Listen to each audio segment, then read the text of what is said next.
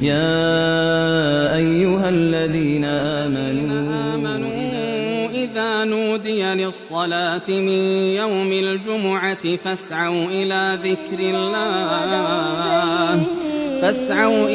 ذكر الله وذروا البيع ذلكم خير لكم إن كنتم تعلمون. الحمد لله رب العالمين، والصلاة والسلام على سيدنا وحبيبنا محمد وعلى آله وأصحابه أجمعين. إيمان داران وخواناساني زور بريز وتاری جمعی رابردوو لە خزمەت پندێکی پێشینانی کوردی زۆر پڕمانە و جواندا بووین کە پێشینانی کوردمان فەرموویانە تاجی زێڕینە عەقڵی فریادڕەس بەڵام ناچێتە سەری هەموو کەس. هەندێک لەو بابەتەوە قسەمان کردو بۆ تاوکمیلە و تەواوکردنی ئەو بابەتە پشتیوان بە ذاتی ئەڵڵا سوبحانەه وتەعالا. ئینشاءڵڵا ئەمڕۆ وتارەکەمان تەواو دەکەین هەر لەسەر عەقڵ و ژیری کەوا دیاری و خەڵاتی گرانبەهای پەروەردگارە بۆ مرۆڤ قسە دەکەین. ئیسلام هات عەقڵی ئینسانی ڕزگار کرد، عەقڵی ئینسانی کردەوە. کەسانێکی بێدین وا دەزانن ئیسلام کە ئینسان موسڵمان بوو عەقڵی دۆگما و داخراو دەبێ، بەڵام پێچەوانەکەی ڕاستە.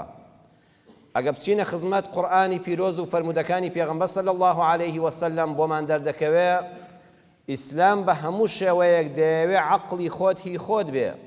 عەقڵت کراوە بێ بە دید و تێڕوانینێکی ژیرانەی خۆتەوە سەرنجی دەوروبەر بدەیت. ئیسلام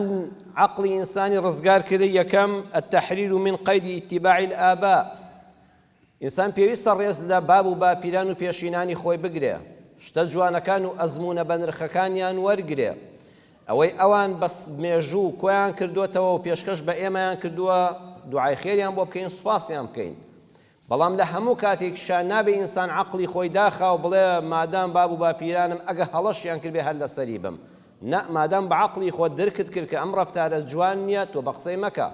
خوا لە قورئانە دەفەرمێ وإذا قيل لهم تعالوا إلى ما أنزل الله وإلى الرسول قالوا حسبنا ما وجدنا عليه آباءنا أولو كان آباؤهم لا يعلمون شيئا ولا يهتدون. لسورة المائدة آياتي 104 پەروەردگار دەفەرمێ کاتێ پێیان دەڵێ وەرن شوێنی ئەو قورئانە بکەون، شوێنی پەروەردگار و پێغەمبەرەکەی بکەون، ئەڵێن باب و باپیرانمان هەر وایان کردو و ئێمە ئەوەمان بەسە. لە کاتێکا باب و باپیرانیان ئەوەیان نەزانی و ئێستا کە تۆ دەیزانی وەڕێنماییان وەرنەگرتووە. ئەمە بۆ کافرەکان دەوترێ، بۆ موسڵمانانیش ئەمایەتە تەطبیق دەکرێ. بۆ کافرەکان کاتێ دەیانگوت خوا تەنها ئەڵڵایە و بێ شەریکە، دەیانگوت باب و باپیرانی ئێمە ئەو بتیان هەر لە ماڵە پەرسترۆ، تۆ بڵێ ئەوان بێعەقڵ بن. یعنی کابرا هەموو بەڵگەکەی ئەوە بوو مادام باوکم بتپەرستە دەبێ منیش هەر بتپەرست بم. چۆن دەبێت بت شەریکی خوا نەبێ نەعوذ بالله. ئەم عەقڵەی خۆی دادەخست بیری نەدەکردەوە، ئەم بەردە ئەم دارە بێگیانە ئاخر چۆن دەبێ خوا بێ کە من خۆم دروستی کەم، چۆن شتێک من خۆم دروستی کەم سوز دەشی بۆ بەرمولەی پاڕێمەوە. عەقڵی خۆیان دادەخست، خوا دەفەرمێ وا مەکە. باب و باپیران بە هەزار ساڵی ژوای کرد بێت تۆ عەقڵی خۆت دامەخە، تۆ بۆ خۆت ژیرانە بیر بکەوە. بۆ موسڵمانانیش پێمان دەڵێ باب و باپیران چەندە ژیر و عاقڵ و بە سەلیقە و ئیماندار بوون. ئەگەر ڕەفتارێکی کۆمەڵایەتی نەشیاویان هەبوو بێ تۆ بە عەقڵ بیر بکەوە مەیکە. باب و باپیران ڕەئیان وا بووە کچەکەی خۆم هەر دەبێ بیدەم بە خزمی خۆم، دەبێ ئیلا کچەکەم ئەگە هەبێ بیدەم بە برازاکەم، بیدەم بە خوشکەزاکەم، بیدەم بە فڵان کەسەکەم، نابێت دەرچێ لە بنەماڵەکەی خۆم. دەیتەمە عەقڵێکی باش نییە. تۆ بە عەقڵێکی ژیرانەی سەردەمیانە بیر بکەوە. ڕەنبێ کوڕێکی بێ برازاکەت هەر برازاتە، هەر پێت دەڵێ مامە، بەڵام کوڕی عەشیرەتێکی کاک ئەگەر ڕێک و پێک و موسڵمان و بە تەقوا و دەست و داویان پاک بێ لە ڕێ ئەم زاوایەوە بنەماڵەیە و عەشیرەتێکی کەش دەبێتە کەسی تۆ. ئەی بۆ عەقڵی خۆت دادەخەیەوە باوکم وای کردە منیش هەر دەبێ وا بکەم. باوکو باپیر تۆ کچێکیان بینی بێ تووشی هەڵەیەک بووە لەسەر ڕێگایە قسەی لەگەڵ کوڕێکا کرد بێ شەو کوشتویان و جەنازەکەیان فڕێداوە. تۆ عەقڵ بیر بکەوانێ ئەمەش ئینسانە گەنجە، لەوە ئەچێ تووشی هەڵە بوو بێ، لەوە ئەچێ خوا نەخواستە لە ڕێگایەک لایدا بێ مافی کوشتنت نییە. ئەم کچە بکوژی ئەو کوڕە بکوژی لەسەوەی دوو قسەیان بە یەکەوە کردووە. ژیری خۆت بخە کار، عەقڵی خۆت بخە کار کە ئەوەی پێش و ڕاست نەبووە. داوای لێ بکە لە بینی خۆی خوادا تەوبە بکە، پەشیمان بێتەوە، یان ئەگە گونجا خێرا بیان دەبە یەکتر و پەردەپۆشی کە و ستری کە و قەتلێک مەهێنە گۆڕێ، دوو بنەماڵە مەشێوێنە. بیری خۆت ژیرانە بیر بکەوە، تەعەسسوبی قەومی پێشود نەبێ. ئەوە قورئان داوای ئەوەمان لێ دەکات عەقڵی خۆت باشترە لەوەی کە بڵێ باب و باپیرم مادام چی کردووە منیش هەر دەبێ ئاوا بکەم ئەگە خراپیش بێ. دووەمیان شوێنی هەموو سەرکردە و ڕئیسێک مەکەوە چاکی کرد هەر بڵێ چاکە خراپی کرد هەر بڵێ باشە بڵێ مادام فڵان کەس وا دەڵێ. نەخێر هەموو سەرکردەکان هەموو سەرۆکەکان هەموو خەباتگێڕ و شۆڕژگێڕەکان ئەبێ حورمەت و ڕێزی تایبەتیان لێ بژیرێ. هیچ کاسێک ئێمە نابێ سوکایەتی بە سەرکردە ڕابردوەکانی خۆمان بکەین ئەوانەی لە قۆناغێکی مێژوودایە ڕابەرایەتی بۆ نمونە گەلی کوردیان کردووە ئەبێت تەقدیر و ڕێز لە کەسایەتی و ئەوانیان بژیرێ. نابێ بە چاوی سوک سیر بکرێن نابێ ناو و ناتۆریان لێ بگیرێ نابێ هەڵەکانیان زۆر زەقتر بکرێ لەوەی کە هەیە مادام ئینسانن چاکیشیان کردو خراپیشیان کردووە بەڵام نابێ بیپەرستی بڵێ ئەوەی فڵان کەس کوتیەتی هەر ئەوە ڕاستە هەر ئەوە ڕاستە. ئەی عەقڵی خۆت عقلی خۆت بۆچی باشە؟ قورئان دەفەرمێ قالوا ربنا إنا أطعنا سادتنا وكبراءنا فأضلونا السبيلا. هەندێک لە ئەهلی جەهەنەم خوا دەفەرمێ بۆ هاتنە ئێرە دەڵێن خوایە وەڵڵاهی ئێمە بە شوێن فڵان کەس و فڵان کەس کەوتین ئەوان دەیانگوت ئاوا و ئێمەش دەمانگوت باشە بیرمان نەدەکردەوە ئاخر شەر نییە فڵان کەس هەموو قسەکانی ڕاست بێ ئەوە مەسیرمان بوو سەرمان لێ شێوە. لەبەر ئەوە دەبێ هەموو سەرکردەیەک ڕێزی تایبەتی خۆی لێ بندرێ لە خەبات و لە مێژووی بەڵام تەقدیز نەکرێ ڕێز لێگرتن لەگەڵ تەقدیزکردن جیا بکەینەوە. هەر حیزبێک بۆ نمونە لە کەسێکا کۆ بکرێتەوە شتێکی باش نییە وەکو عەرزم کردن لێمان تێکەڵاو نەبێ ڕێزگرتن و حرمەتگرتن و ڕابرد و تەماشاکردنی پێشینانمان شتێکی زۆر جوانە. بەڵام ئێستا گەلێک جا دەبینی لە سەدەی 21 بۆ نمونە حیزبێک ئەگە خۆپیشاندانێک دەکات بەس ئاڵای سەرۆکێک هەڵدەواسێ ئەوە نیشانەیە بەخۆی دابچێتەوە چونکە ئەم سەرۆکەش ئینسانە وەکو تۆ لەوەیە چێت دەیان گەنجی ئەمڕۆ پێگەیشتە بن عەقڵیان لەو پێشکەوتوتر بێت لەو باشتر کار بکە لە ئەزموونەکانی ئەو دەرز وەرگرە بۆ سەردەمی خۆی تۆشتی لێ ئیزافەکە مەڵێ هەر ئەوەندە باشە. کاتی خۆی معەمەر قەزافی خۆ کاتی خۆی دۆستایەتی کوردیشی کردووە ئێستا چۆتە قیامەتی خۆی بەوە ماڵی وێران بوو کتێبێکی دانا بوو کتێبی سەوز دەیگوت ئەوەی من نووسیمە لەو کتێبەدا دەبێت بەس ئەمە جێبەجێ بکرێ ئەو هەموو گەلیلی بیایە عەقڵی سفرە مادام عەقڵم پێشکاوە ئەوەی بە چاکە نووسیومە نەیدەهێش کەسی کە بیر بکاتەوە ئەو وڵاتی وێران کرد و خۆشی سەری تێدا چوو. سێمیان تحرير العقل من سلطان الأساتذة والشيوخ ئیسلام هاتووە عەقڵی ئینسانی ڕزگار کردووە لە شوێنکەوتنی هەموو مامۆستا و مشایخ و مرشیدێک. هەموو کەس پێویستی بە مامۆستایەک هەیە پێشینانی ئێمەوە تا تەریقەتەکانی نەخشبەندی و قادری و سوهرەوەردی و ئەوانە هەبوون ئەو مەشایخینە جێگەی ڕێز و تەقدیر و حرمەتی تایبەتن دەستیان ماچ دەکرێت بەڵام مانای ئەوە نییە تۆ عەقڵت داخەی بە پێچەوانەوە ڕەنگە کەسێک بڵێ ئەوەی کە مامۆستانی پێشین و تۆ بە قسەیان نەکرێت نەخێر مامۆستایەکی پێشینیش جاری هەیە بۆی هەیە هەڵە بکە مرشید و شێخێکیش مادام پێغەمبەر نییە ئینسانە بۆی هەیە لە شوێنەکە هەڵە بکە ئەبێت تۆ عەقڵی خۆت بەکار بخەی. زانانی مەسەبی شافعی ئێمە ئێستا مەسەبی شافعی عەقڵی زۆر کراوەیە کەواتە بەڵگەیە لەسەوەی کە کل عەقڵی کراوەیە. ئەوەتانی زاتێکی وەکو ئیمامی نەوەوی کە مامۆستانی بەڕێز و شێخانی بەڕێز دەزانن زاتێکی وەکو ئیمامی نەوەوی کە هاتووە شافعی مەسەبە و شوێنکەوتوی ئیمامی شافعیە لە دەیان شوێندا پێچەوانی قسەی ئیمامی شافعی کردووە. بڕۆ منهاج الطالبین و ئەوانە بخوێنەوە چەندین جار تێیدایە دەڵێ ئیمام شافعی وای فەرمووە بەڵام منیش وا دەڵێم ئەها چەندە ڕێزم بۆ مامۆستاکەی خۆم هەیە بەڵام عەقڵی منیش بۆ ئەم سەردەمە ئەوە دەخوازێ ئەو قسەی ئەو بەڕاز نەزانم هیچ عولەمایەکی ئیسلام ناوەتەوە ئەوە ئیمامینەوەی کوفری کردووە نەخێر شێخێک هاتووە باب و باپیرانی شتێکیان کردووە ئەم تەجدیدی تێدا کردووە هیچ کەسیش نەیەوە تۆ کوفرت کردووە بەوەی عەقڵی دینی ئێمە عەقڵ دەکاتەوە ئیسلام عەقڵ دەکاتەوە. ئیمامی شافعی ئەوەندە عاقڵمەند بووە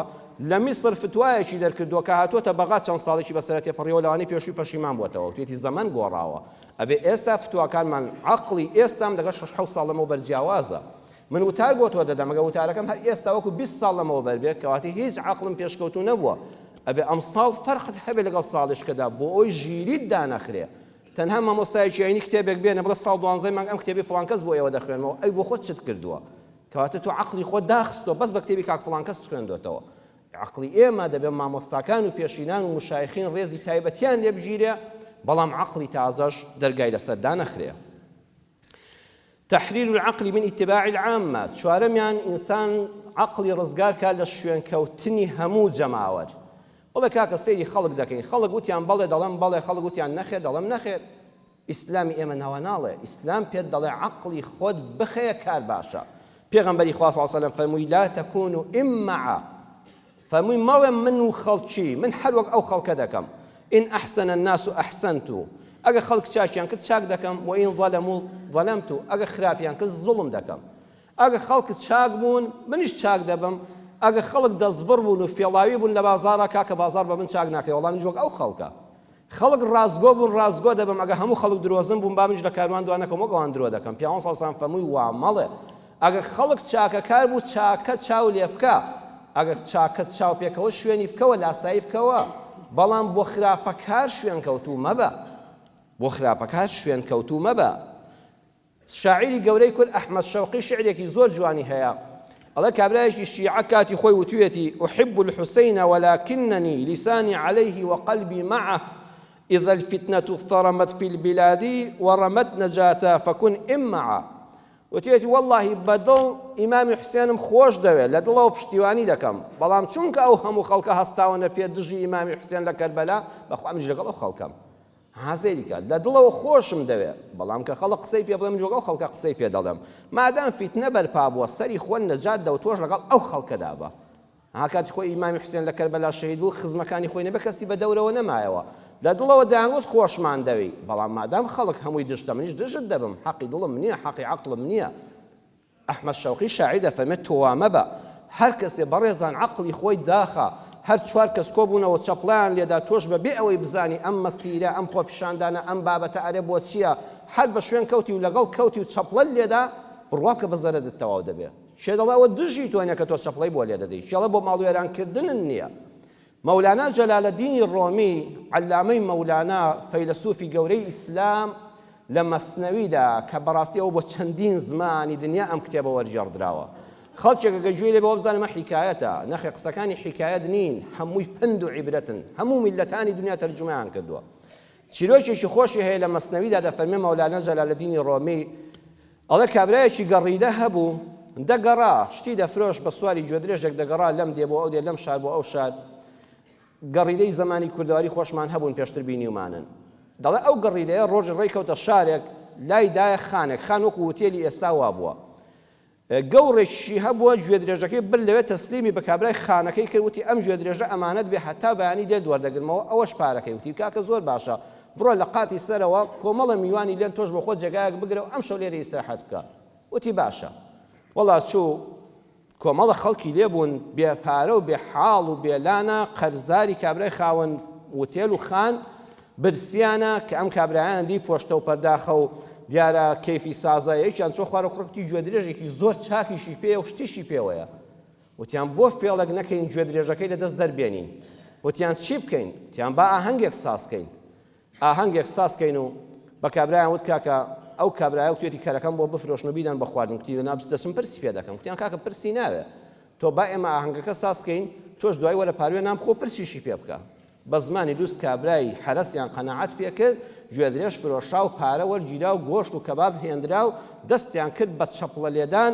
دەیانگوت بە زمانی ئەو کاتەکە فارسی و دەیانگوت کەر ڕۆیشت و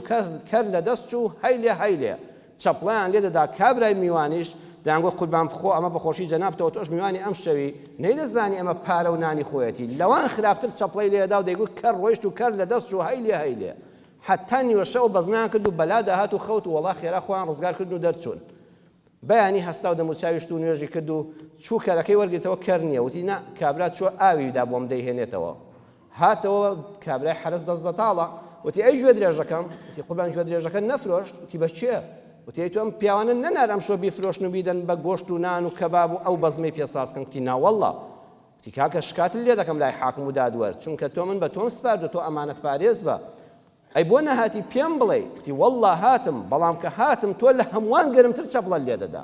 یەکتم دیارە دەزانە کەڕۆی شەرکەری تۆی لێ خۆ کەری تری لێ نییە باسی کەری خۆت دەکەی تۆ ئەوەندە گەرم بووی و چەپڵەکانت بە قووە لێ دەدان وەڵا لە ڕوون نەهات بڵێم کاکە وایە یان نا گومانی خراپیان پێبەرم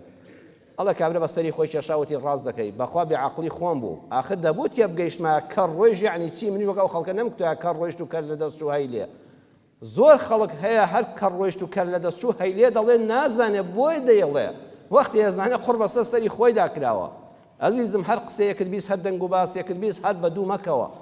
دانیشە ژیرانە بیری لێ بکەوە وردی کەوە لێکی دەوە لە بێژنگیدا لە پشتی ئەمەوە چی هەیە چێکەس تۆ بەکار نایەنە کێڵە ناتکەن بە پەیژە با عەقڵێکی وریامان هەبێت چەند جار ئێمە بەوە هەر بە شوێن خەڵک کەوتین و وەختێکمان زانی دەستمان بڕدرا. عاقڵ و زیرەک دووشتی جیاوازن. یەکێڵە چۆن هەموو عاقڵێک زیرەکە بەڵام شەر نییە هەموو زیرەکێک عاقڵ بێ. کەسێک مسلمان وەکو جەنابتان سوپاس بۆ خوا بە حەق ئەڵڵا دەناسێ پێغەمبەری خوا دەناسێ بڕۆی بە قیامەت هەیە ئەگە گوناهبار بێت تەوبەی لێ دەکا حەمد و سەنا بەخوا ئینشاءالله هەمومان لەوانەین ئەگەر دنیاشمان ناڕەحەتی بێ بەهەشت دەمان حەسێنێتەوە. ئەمە ئەم ئینسان ئەگەر نەخوێندەوار بێ ئەگەر هیچ نەزانێت لە دنیادا هەر عاقڵە چونکە قیامەتی خۆی ئاوادان کردوێتەوە لەم دنیای خوای ناسیوە.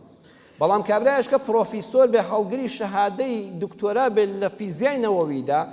بڵێ ئەم کەون و کائیناتە هەر لە خۆیەوە دروست بووە قیامەت نییە دوای مردن زیندوو نابینەوە پرسیار و حساب نییە ئەمە ڕاستە زیرەکە ئەوە تا داهێنانی کردووە لە بواری زانستیدا بەڵام حتا بڵێ بێعەقڵە چونکە قیامەتی خۆی وێران کرد چونکە ئەڵڵای نەناسی. کەسێک زۆر دەستبڕە لە بازاڕا فرت و فێڵاویە پارەی ئەم و ئەو هەمووی دەخوا و کەس خۆی بۆ ناگرێ کابرا بۆ خۆی بە خەڵکی لە وریای فڵان کەس بە کەچی کە تووشی بۆ خۆی پارەی خۆی دەداتێ. ڕاستە زیرەکە بەڵام حتا بڵێ ئەحمەقە مەڵێ عاقڵ بوو حتا بڵێ ئەحمەقە چونکە هەمووی کۆ دەکاتەوە ڕۆژێ دەیباتە قیامەت و دەبێت بیشی داتەوە پارەکەشی نێبیداتەوە ئەو چاکەی کردو شتێتی بۆ خەڵک دەڕوا ئەگەر چاکەی نەما خراپەی خەڵکی دەچێتە کۆڵ. ئەمە عاقڵە نەخێر نەوەڵاوە ئەحمەقە دوو لە ڕووی جەنابتان با لە بواری دنیایشدا فرت و فێڵی هەبێ و زیرەک بێ. بۆیە هەموو عاقڵێک زیرەکە بەڵام شەر نییە هەموو زیرەکێک عاقڵ بێ. جیاوازی هەیە لە لێوان لەزەتی جەستەیی و حیسی لەگەڵ لەزەتی عەقڵی. چۆن کەسێک ڕەمەزانە و بە ڕۆژوو نەبووە تێر نانی خواردووە مەعیدەی نیوەڕۆ تێرە لەزەتی جەستەیی وەرگرتووە تۆ بە ڕۆژووی تینوتە ماندووی برسیتە ئەزانی چەند لەزەتی ڕوحی و عەقڵی وەردەگری کە ئێوارە ڕۆژەکە دەشکێنی دەڵێ پاداشتێکم مسۆگەر کرد ئەویان لەزەتی حیسی و جەستەیی ئەویان لەزەتی عەقڵی و ژیری. کەسێک کەوان نەزەر دەکا چاوی بە هەر ئافرەتێکەوە پڕ بە چاوی خۆی تەماشای دەکا چاوی تێر کرد کەسێک دوو لە ڕووی جەنابتان پەرژین بێ ڕووی دەم لە ئێوە نەبێ بۆی هەڵکەوت هیچ ئافرەتێ بە قەرز نەدا و زینای خۆی بکە و داوێنی خۆی تێرکە ئەمە جەستەیەن لەزەتی وەرگرت بە ڕێزێکی وەکو جەنابیشتان خوشکبرایانی ئازیزم چاوت دادەخەیت ئاستی ئافرەتێکی نامەحرەمە هەست دەکەی ئەوە خوشکتە ئەوە دایکتە ئەگەر لە خۆت بچووکتر بێ ئەوە کچتە هەست چەیلی کە عەقڵت چەند مرتاحەکە بۆ چاوە سەیری ئافرەتانی بەڕێز دەکەی کاتێکەوە خوا نەخواستە زینایە خەی پێگرتی نەفرەتی لێ دەکەی وەکو حەزەتی یوسف لەبەری ڕادەکەی لەزەتەکەت بە جەستە وەرنەگرت بەڵام ئەزانی عەقڵت چەند گەورەیە ئەزانی چەند هەست بە بەختەوەری و گەورەی خۆت دەکەی. بۆیە عولەما فەرموویانە كلما ارتقى الإنسان بحث عن لذة عقلية ئینسان تا پلە و پایە و پێگەی بەرز بێ بە دووی لەزەتی عەقڵی دەکەوێ بەڵام وكلما هبط مستواه بحث عن لذة حسية تا ئینسان دوو لە ڕووتان نفسی نزم بێ و هات بێتە خوارەوە و کورد ئەواری دەڵێ عەقڵی سووک بێ بە دووی ئەو شتانەدا دەگەڕێت کە جەستە لەزەتی لێ دەکەن. ئینسانی بەڕێز بە دووی لەزەتی عەقڵیدا دەگەڕێ ئینسانی عەقڵ سووک بە دووی لەزەتی جەستەییدا دەگەڕێ. بۆیە شاعیری کورد مامۆستا کازم کۆیی دەڵێ باشترە سەرت بخەیتە سەربەردێ نەوەک سەرباڵ و جەستەی نامەردێ. نامەردێک باڵت بۆ ڕاخە و سەری بخەیە سەر جەستەت ئیسراحەتە بەڵام بەخوا هیچ نایەنێ سەرت بخەیتە سەر بەردێکی ڕق بێمنەت نەچێ سەرباڵی سەر جەستەی نامەردێک ئەویان باشترە ئەویان لەزەتی ڕوحی لێ دەکەی. الإنسان العاقل يتعامل مع البيان وغير العاقل يتعامل مع الواقع. إنساني جير وعاقل لقل بيان دا لقل رونكرنا ودا تعامل دكا إنساني ناجير وناعاقل جيل أحمق لقل واقع تعامل دكا نمونك رونتركينوا كسيك بەڕێگایەک دەڕوار جادەکە وشکە وەک ئێستا بەڵام وەرزستانە لەو حەیەک نووساوە لەلایەن شارەوانیەوە لەلایەن پۆلیسی هاتوچۆوە دەڵێ مەڕۆ ڕێگاکە بە بەفر گیراوە ئینسانی بەڕێزی وەکو جەنابتان دەست بەجێ دەگەڕێتەوە مادام ئەم نووسراوە لە جیهەتێکی فەرمی حکومەتەوە هەڵواسراوە دەڵێ مەڕۆ ڕێگاکە پێشتر بەفر گرتوویەتی یان شاخەکە جمیەوە ڕێگاکەی داخستووە تۆ هەرچەند ڕێگاکە بەردەمت کراوەتەوە یەکسەر دەگەڕێیتەوە بەڵام ئەگە ئینسانێک ژیر نەبێ بۆ نمونە ئاژەڵێک دەڕوا هەتا لوتی بە لوتی بەفرەکە و شاخە ڕووخاکەوان کە نەبێ ناگەڕێتەوە ئینسانی عاقڵ لەگەڵ واقعە تعامل دەکات کەسێکی وەکو جەنابتان دەچێتە گەشت و سەیران و خۆشیەکی خۆی بۆ شاخێک بۆ دەشتێک ئەگەر علامەتێکی ئەلغامی بینی یەکسەر لەو شوێنە دوور دەکەوێتەوە منداڵەکانی کۆ دەکاتەوە دڵن ئامان ئەو شوێنە ئەم علامەتە نیشانەوەیە مینی لێیە ئەلغامی لێیە ئینسانی ناژیر و ناعاقڵ دەڵێ کوڕەخوا ئەلغامەکەت بە چای خۆ نەدیوە جا شێڵەوە چییە لەوانەیە ئەلغامێکی لێ بێ خۆ ئەو مەنتیقەی لێنێ هەتا بە قاچی لێ نەدا ناگەڕێتەوە ئینسانی ژیر ساقێکە پێڵێک لەلایەن پۆلیسیا چۆ کراوە دەڵێ ئەم هێڵە پسڕ نییە نەچی ئەو دیوەوە کاکە خۆ سارەی لێنیەوە تا بەرامبەرم چۆڵە دەڕواتە ئەو دیوەوە وەختی ئەزانێت لە تووپڕە سارەیەک دەگاتە سەری تووشی حادیسەیەک دەبێت ئینسانی ژیر دەڵێ نە مادام هێڵەکە کراوە ئەم هێڵە پێم دەڵێ مەچ ئەو دیوەوە ناچم نایچەزێنم علامەتێک کراوە دەڵێ ئاگال لێوێ پێچێک هەیە و پێشڕەوی مەکە کابرا لە کوڕە هیچ نییە خوازانە سارە بەم شەوە هەیە یان نە پێشڕەوی دەکات چێتە ژێر لۆریەکەوە ئینسانی عاقڵ بەم علامەتە تێدەگا دەگەڕێتەوە لەگەڵ بەیانە تەعامل دەکات نەک لەگەڵ واقعە بۆچی عقل بەز نییە بۆ مرۆڤ بێکی بڵێ عقل ئەوەندە گەورەیە خۆ عقلی داوە بە ئینسان دەی وەحی خوای بۆچی بۆ ئەم قورئان و حەدیث و سونەتە دەڵێن بەڕێزان عقل وەکو تیشکی خۆر وایە ئێستا چاوی ئینسان چەند بەهێز بێ بیکە ژوورێکی تاریکە و گڵۆپ و دەرگا و پەنجەرە هەمووی بکوژێنەوە دەرگاکان داخە و پەردەدادەوە ئەم چاوە ڕاستە دەبینێ بەڵام هیچ دەبینێ ها کتوپڕ کارەبا دەکوژێتەوە تۆ لە ژوورەکەی خۆتا هیچ نابینی بەڵام ئەم چاوە ڕووناکە ئەم چاوە بە چی دەبینێ بەهۆی ڕووناکیەوە عقلی ئینسانیش وەکو چاوەکە وایە دەبینێ ڕاستە زۆر گەورەیە بە نرخە بەڵام پێویستی بە ڕووناکیەکە هەیە کە وەحی خوایە ئێستا مردن قبر قیامەت ئەمانە عقلی ئینسان درکی پێ ناکە ئەبێ وەحی پێت بڵێ بە وەحیەکە دەزانی کەوا ژیانێکی کە هەیە دوای مردن عقل مربوط بالبیئە بە ژینگەوە کاتی خۆی لە حەفتاکان و هەشتاکان کافرەکان ملحیدەکان و بێدینەکان دەیانگوت ئەم دینە خوڕافیە مەلاکان کە تەڵقینی مردوو دەکەن دەڵێن هەموو شتێ دەگەڕێتەوە تەنها دەفتەری ئەعمالت دەردێتە قەبرەکەوە ئەرە دبلۆریەکی فڵان کەس بۆ نایانن دەفتەری ئەعمالیان فڵان کەسە 90 ساڵ عمرێتی ئەبێت چەند دەفتەری بۆ کۆکرابێتەوە بە عەقڵ کابرا وای بیر دەکردەوە دەبێت دەفتەرەکانمان بە قەڵەم بۆ دەفتەر نووسرابن ئەوە تا ئێستاوە نەماوە ئێستا 100,000 کتێب مجەلەد لەسەر یەک سیدیە ئێستا لەسەر میمۆریەک بە ئەرشیڤ بە لۆری کتێب تۆمار دەکرێت ئەوەندەشە ئەکەیتە ژیرفانتەوە ئەکەیتە بچووکترین شوێنتەوە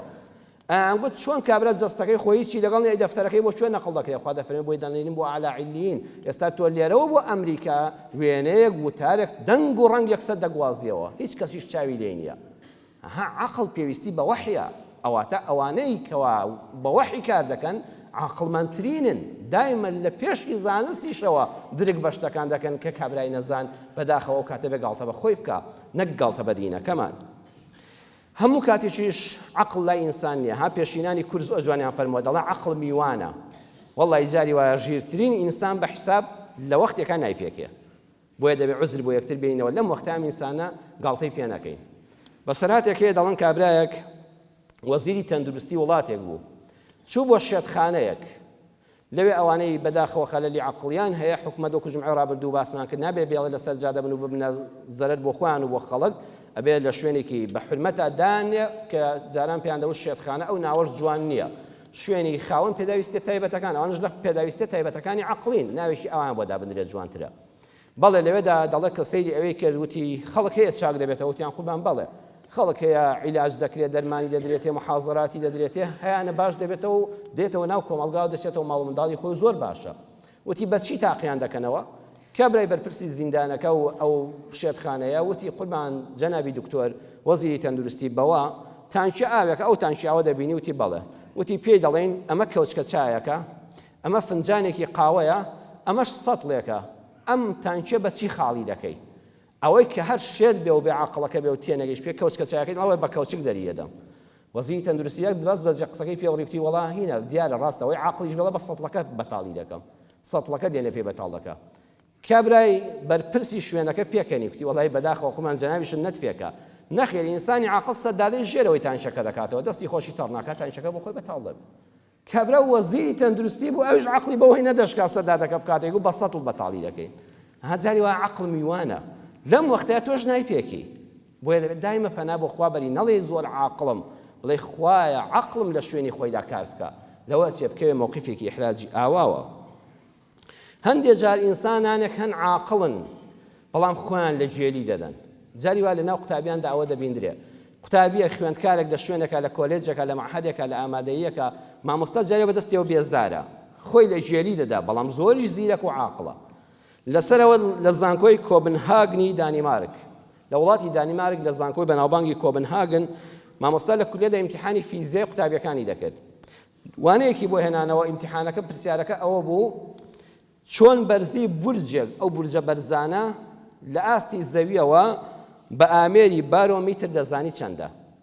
بارۆمیتر جیهازێکی بچووکە پێچی دەزانی ئەم بورجە لە زەویەوە چەند مەتر بەرزە. قوتابێک یەکسە وەڵامەکەیدا بۆ مامۆستا پەتێکی درێژ دێنین و لە جیهازە بارومەترەکەی دەبەستین و دەچینە سەر بورجەکە و شۆڕی دەکەینەوە بۆ عەرز. دوایی حەبلەکە کۆ دەکەینەوە و دەیپێویم بزانین چەند مەترە. مامۆستا یەک زەڕبی گەورەی بەسەرە هێنا بنووسی وی سفر لە هەموو دەرسەکەدا. هەیجێل ئەوەی زمانی قەدیمە چۆن دەچێت سەر بورج و حەبل شۆڕ دەکەیەوە. من دەڵێم فیزیایە نەبووم حەلکە. قوتابیەکەی اعترازی کرد کە دەرەجەکەی وەرگرتەوە مامۆستا هەر زەڕبێکی سووری لەدا و نووسێتی سفر. لە لیژنەی ئیمتیحانا گوتی ئەو مامۆستای غەدری لێ کردو. لیژنەکەی زانکۆ بەدەمێەوە چوون و لیژنەی بۆ پێکات. وتیان کاکە تۆ حەقی خۆتە سفرت وەرگرتەوە. کوتی کاکە وەڵی ئەو پرسیارە ئاسانە مە چەند وڵامی هەیە من وڵامە ئاسانەکەم وەرگرتووە. وتیان چەند وڵامی هەیە کابرای ڕئیسی لیژنەش دیسان سەری سوورما. وتی تۆ بڵێم قوتابێت تەواو بێ. وتی قوربان جەنای مامۆستا یەکەم چارەسەر بۆ دۆزینەوەی بەرزی بورجێک لە زەویەوە بارۆمەترەکە لەسەر بورجەکەەوە بۆ سەر زەوی فڕێ دەدەین دەچینە سەر بورجەکە و فڕێ دەینە خوارەوە بە زەمەنی چەند گەیشتە سەر زەوی ئەوە پێڵین یاسای کێشی زەوی بە چەند زەوی کێشی ئەم بارۆمەتری کردو بۆ لای خۆی مدەکەی دەپێوین و دەزانین چەند مەتر بەرزە. ڕێگەی دووەمیان وتی ئەگەر ڕۆژەکە هەتاو بوو هەتاو هەساو بوو خۆر بە دەرەوە بوو لە وەختی نیوەڕۆدا بارۆمەترەکەدا دەنین ئەوە بە بەرزی بزانین چەند سامتین سێبەری هەیە. لەولاشەوە سەیری سێبەری بورجەکە دەکەین. ئەگەر بارۆمەترەکە بۆ خۆی 10 سامتین بێ سێبەرەکەی لەوە چەند میلیمێک بێ ئەوەندە یەک تۆزی بچووکە. لەولاوە بورجەکە سەیری دەکەین 10 مەترە مادام ئەم یەک بەسەتە کەواتە ئەگەر بورجەکە 10 مەتر سێبەری هەبوو بۆ خۆی 1000 مەتر بەرزە. ئەوە قانونی تەناسوبی پێ دەڵێن. ئەوە وڵامی دووەم دەتوانین هەر بە سێبەرەکانیان بزانین سێبەری ئەم بارۆمەترە لەگەڵ سێبەری ئەو بورجە یەک بە چەندە بۆ دەی خوێنینەوە. وتی وڵامی سێم وڵامێکی خێرایە ئەم سەریەشەی ناوێ. حرەسی ئەم بورجە کۆمەڵە منداڵی هەیە منداڵی ورکی لە پێ دەڵێن کاکە ئەم جیهازە جوانە دەبینی بی بە ئەو منداڵەکان بۆ خۆیان یاری پێ بکەین لۆک و تازەیە بەس پێمان بڵێ ئەم بورجە چەند بەرزە ئەو دەزانێت چەند بەرزە یەکسە وڵامەکە دەداتێ. ئەو وڵامی خێرا و سەریەشەی ناوێ. وڵامی چوارەم ئەگەر شتەکە زۆر قورسکەی و خۆت بە عالم و زانانی شاندەی دەڵێ کاکە لەسەر زەوی پەستان زەختی هەوا دەپێوم پەستانی هەوا لەسەر زەوی دەپێوم دەچمە سەر بورجەکەش پەستانی هەوا لەسەر بورجەکەش دەپێوم جیاوازی پەستانی هەوا لەسەر بورجێک و لەسەر زەویەکە یەکسانە بە ڕێژەی بەرزی بورجەکە. وتی ئەمەش فیزیایە ئەمە فیزیاکەی وا قورستان کردووە. کابراوتی بەخوامە زۆر عالمە ئەمە هەر نەک هەر جێل نییە بەڵام خۆی لە جێلی داوە. مامۆستا یەک ڕێگەی دەزانی ئەو چواری دەزانی. ئەم کابرایە ئاخری بوو بە زانای بەناوبانگ نیلز بور کە تەنها کەسێکە لە هەموو دانیمارکە خەڵاتی نۆبڵی لە فیزیادا وەرگرتووە. ئەو کەسێک کە مامۆستا بەجێل و ئەحمەقی دەزانی و زەڕبی سفری دەکرد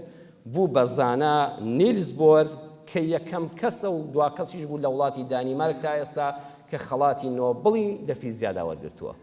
ئەبێ مامۆستانیش جاری وای ئاگاداری ئەوە بن جاری وای بێعەقڵیش لە زەد وەردەگرێ. ها یەکێ دەڵێ باشە کە خوا ئەوەندە عەدل و دادپەروەرە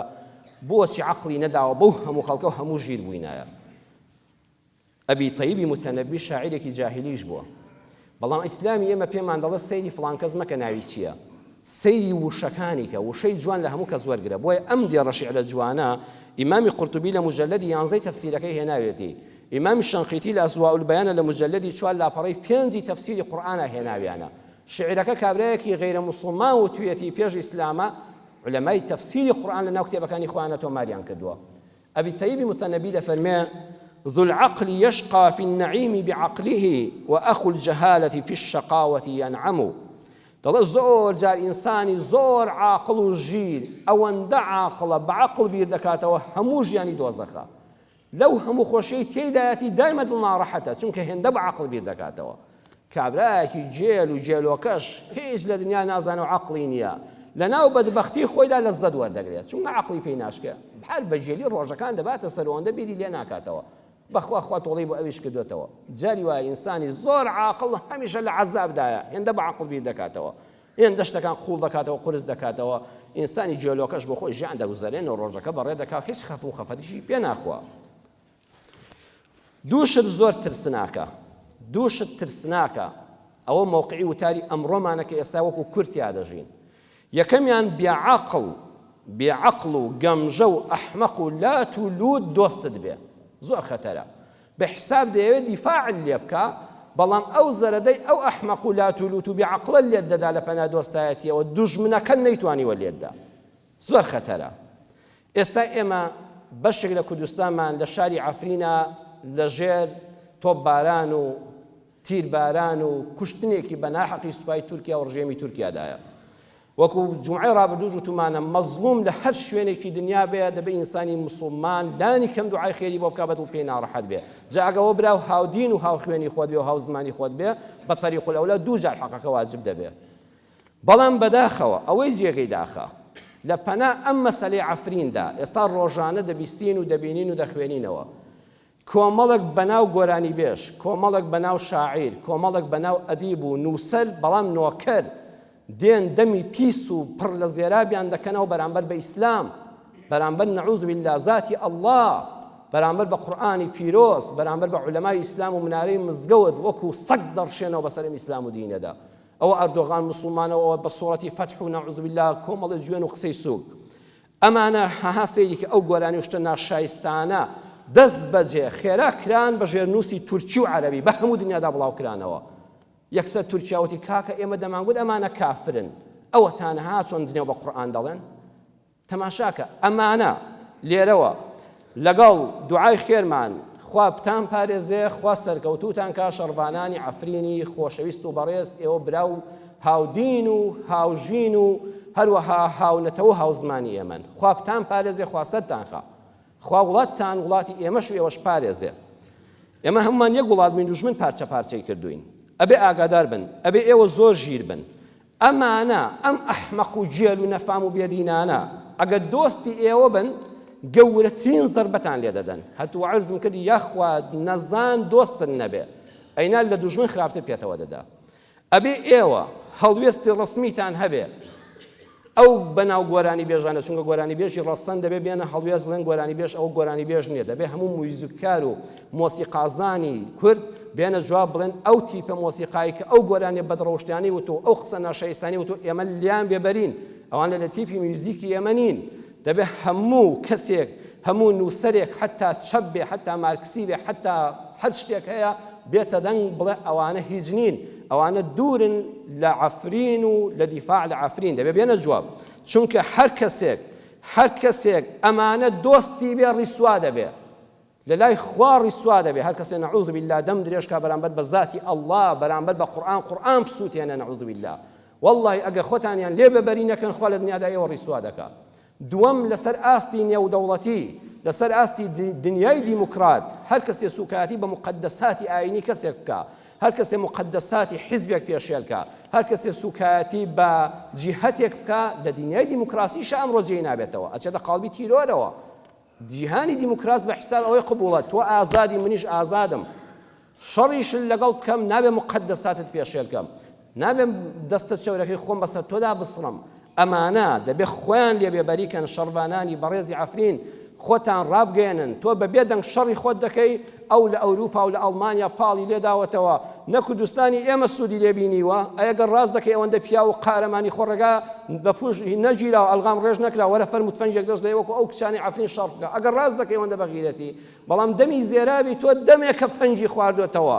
ئێستا بەرامبەر بە ئیسلام دەتەوێت سەرەکەی هەڵدەیتەوە ئەبێت دەمیان بژیرێ ئەوانە لەسەر میلەتی کورد قبول نەکرێن من دڵنیام ئەوانە سەر بە میتی تورکین هەر دەست بەجێ ئەو قسە ناماخوڵانیان هەمووی تەرجمەکرا بۆ تورکی و بۆ عەرەبی بە دنیادا بڵاو کرایەوە کاکە ئەو کوردانە ئەوە کافرن چاولێتی بە قورئان و بە حەدیث و بە پێغەمبەری خوا بە قورئان بە ئەڵڵا دەڵێن ئێمە بەوانە نەبنە ماڵ دەسەرمان ئەوانە هەموو سەر بە مخابراتی تورکین دووەمیان عاقڵ نەبی دوژمن بە پیلانی داڕێژرا و زەرەدی گەورە لێدەدا حتا بێدینت کەن چۆن کورد بێژین کراوە دەیانەوێت بێدینیشمانکەن کاتی خۆی سەدام لە ئەنفالە ئەها سوورەتی ئەنفال ئێستاش داوێن مەلاگە دەیڵە سوورەتی ئەنفال بێ شەرم بکەیت چونکە 182,000مان لەسەر ئەو 1000 کەسمان لە ژێر ناوی سوورەتی ئەنفالە ژێر خاک کراوە بەڵام دەبێت بە عەقڵ بیر بکەینەوە وریابین ئەم پیرانە چی لە پشتەوە بوو کاتی خۆی سەدام حوسێن کتێبێکی هەیە العرب والتراث لەوێدا دەڵێت چی دەڵێ الإسلام دين رجعي متحجر لا يتوافق مع متطلبات العصر خەڵکی نەبزانن ئیسلام دینێکی کۆنە پەرستە بە کەڵکی ئەم سەردەمە نایە ئەوە قسەی دەستخەتی سەدام حوسێنی گۆڕ بە گۆڕی پێشوو بوو دەڵێ ئیسلام دینێکە بە کەڵکی سەردەمی ئەمڕۆ ناو دینی کۆنە پەرستیە کەچی کاتێک کە لە کوردی دەدا دەیگوت ئەوانە ئەنفالیان بەسەر جێبەجێ دەکەم هەها بۆی بێدینمان کە بە ئەنفال عەزیەتماندا بە سوورەتی قورئان کاتێک دەیزانی شیعەکانی ئێران حەسەن و حوسێن و عەباسیان خۆش دەوێت سارۆخەکەی پێوە دەنا دەیگوت ئەوە سارۆخی عەباسیە ئەوە سارۆخی حوسێنیە بەڵام شیعەکان ژیر بوون نهاتم بڵێن نەفرەت لە حوسێن بێ وایان گوت هیچ شیعەیەکت بینی بڵێن نەفرەت لە حوسێن بێ زیاتر ئیمام حوسێنی خۆش دەویست ئەگەر سارۆخی حوسێنیش پێوە دەندرا چونکە دەیانزانی ئەمە چی لە پشتەوەیە کوردی ئێمەش ئەلحەمدولیلا عاقڵ بوو نەک ئەوەی کەوا بە سوورەتی ئەنفال پشتی لە ئیسلام نەکرد هەر ئەوانەی ماڵ و منداڵەکەیان ئەنفال کراوە ئێستا هەوڵ دەدەن مزگەوت دروستکەن بە ناوی شەهیدوە ئەنفالەوە هەر لەم هەولێرە مزگەوتی ئەنفال هەیە لەو شارۆچکانە مزگەوتی ئەنفال هەیە کەواتە باب و باپیرەکانی ئێمە کە جەرگیان سووتا لە ژێر ناوی ئەنفالە چونکە عاقڵ و ژیر بوون دەیانزانی دوژمن مەبەستی چییە هاتن لە جیاتیەوە مزگەوتی ئەنفالیان دروست کرد پیان وتن ئێمە نەک پشت لە ئیسلام ناکەین ئەی دوژمنی کافر ناتوانانی بەو ناوە بەم خەڵەتێنی وەکو بێژینت کردوم بێدینیشم کەی ئەمڕۆژ ئەردۆغان و جەماعەتەکەی بە ناوی سوورەتی فەتحەوە کاکە دەیەوێت لە ناوت بەرێ ها سوورەتی فەتحت بۆ دەخوێنێ ئەبێت تۆ عەقڵت هەبێ ئەتۆ ژیر بی تۆش مزگەوتی ئەلفەتح بکەوە ئەبێ پێیان بڵین ئێوە لە قورئان نەگەیشتون سوورەتی ئەلفەتح بۆ جیهاد و بۆ غەزا لە فەتحی مەکە نەهاتووە سوورەتی فەتح باسی سوڵحی حودەیبیەیە ئەگەر ئێوە ڕاست دەکەن باسی سوورەتی فەتح دەکەن سوورەتی فەتح باسی ئەوەیە دەبێ میلەتان ناکۆچیەکانیان بە سوڵح و بە ئاشتی بگەێنە جێ سوورەتی فەتح باسی سوڵحی حودەیبیەیە کە بوو بە مای سەرکەوتنی مسلمانان دەفەرمون ئەگەر ڕاست دەکەن ئەردۆغان و جەماعەت و تورکیەکان فەرمون وەرن سوورەتی فەتح با حەکەم بێ لە بینی ئێمە و ئێوەدا بابین لەسەر مێزی گفتوگۆ بە ئاشتی بە دیالۆگ بە عەقڵ لەسەر دەستوری قورئان بە یەکەوە دانیشین ئەگەر مافتە مافت دەمێ ئەگەر مافتم هەیە وازم لێ بێنە وەرن بە ئەو قورئانە حەکەم بێ لە بینماندا بە هەموو جیهانیش بابێت چاودێریمان بکە بەڵام تۆ لەو پەنایەوە دەتەوێت لێم دەی هەی دوژمنی فێڵباز منی کورد نابێت ساویل کەو بم بکەومە داواکەتەوە تکاتان لێ دەکەم ئەحزابی چەپی کوردستان هەر بیر و ڕاودینێکت هەیە وریابین کوڕە لە ناومان دەبن مامۆستا کازم کۆی دەڵێ با خاک و ئاڵا پارێز بین هەرچەند بیر و ڕاجیاواز بین پەیژە بین بۆ بەرزی یەکتر نەک بۆ دوژمن بەردەباز بین لە ژێر دەوارێکدا بژین نەک بێنا زوولان ئەواز بین بۆ هاوار و مافی گەلمان یەک دەنگ و ڕەنگ و ئاواز بین کورد بین و کوردستانی بین گیان فیدا بین ئاشتی خواز بین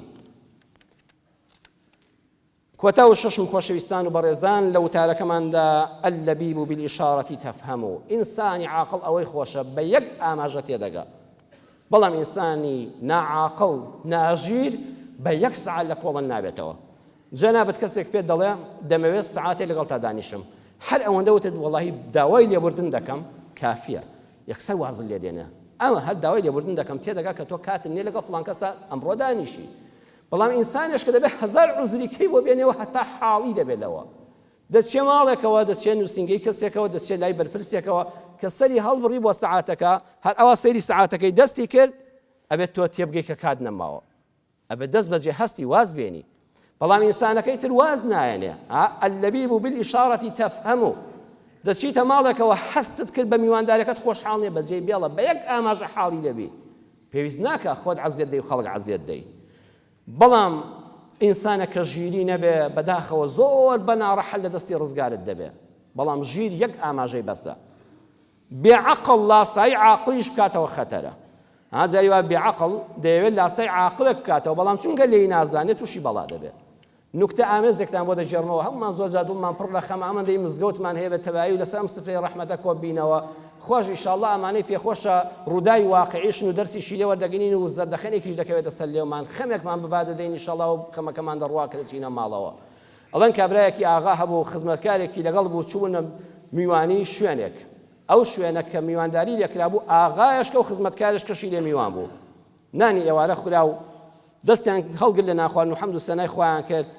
کابرای ئاغا دەنگێ برنج لە ناو سمیاڵیان مابەوە کابرای خزمەتکار و بەردەستەکەی وتی جەنابی ئاغا جارێک بە سەراتێک کرد بۆ جێڕاینەوە شێرێک لە بێشەیەکە عاسیە بوو ئەرێ جەنابت چۆن دەرت کرد کابرای ئاغا ئاوا کەوتی وەڵا هەر ئاوام کرد و شێرەکە دەرپەڕی و لاچوو یەکسەر دەنگکە برنجەکە پەڕی لە سمێڵی بۆ